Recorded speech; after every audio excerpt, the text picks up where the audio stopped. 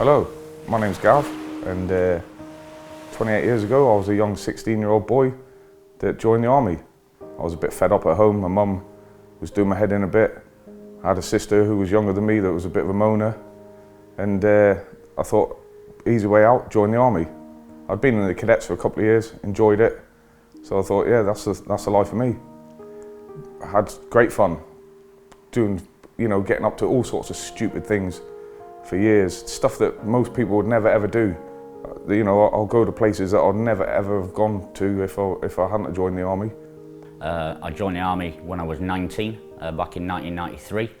I was working at the time on Doncaster Market, but it didn't really pay enough, so I decided, well, the army is what my brother did, so I decided, right, let's join the army. Another outlook on life and another job, I suppose.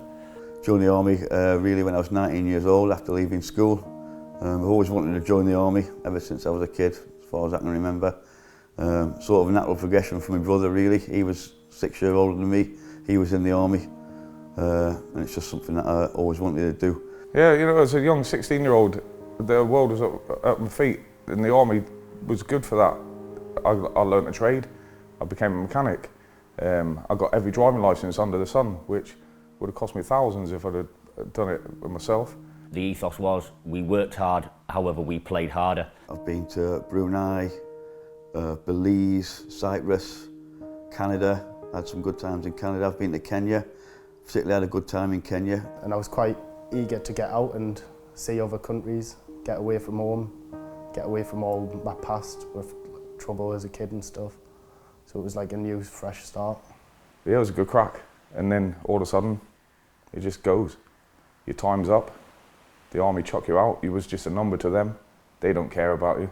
There's a big thing they call the Armed Forces Covenant. So just a bit of paper, it means nothing. Nobody sticks to it. The government don't stick to it. The local councils don't stick to it. It's all just talk. It's just to make the public think that everybody's been looked after, but nobody gets looked after.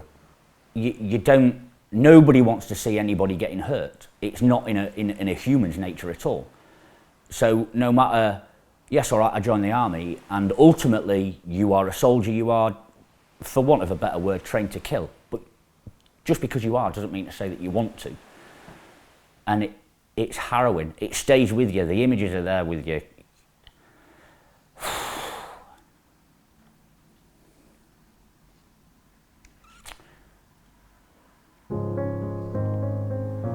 I remember about 4 years before I was due to finish my career, a sergeant mate of mine had said to me, he was just finishing off, and he had had a bit of a rough time. He wanted to extend for 1 year longer because his son was at school doing his GCSEs, and he wanted to obviously keep him in the same school.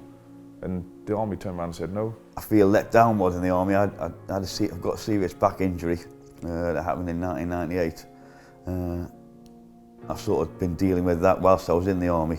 But when I left the army, I didn't really have any support from them. It was just a case of had a medical, and we said, yeah, basically it was, oh, we know you've got an injured back, there you go. You've got free prescriptions for the rest of your life. I had quite a few dramas being gay in the army.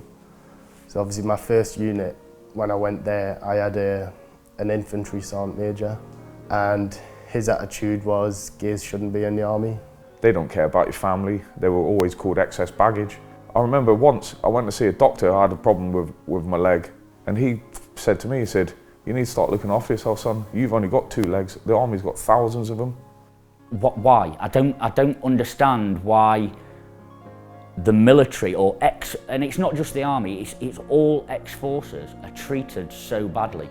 I've given so much.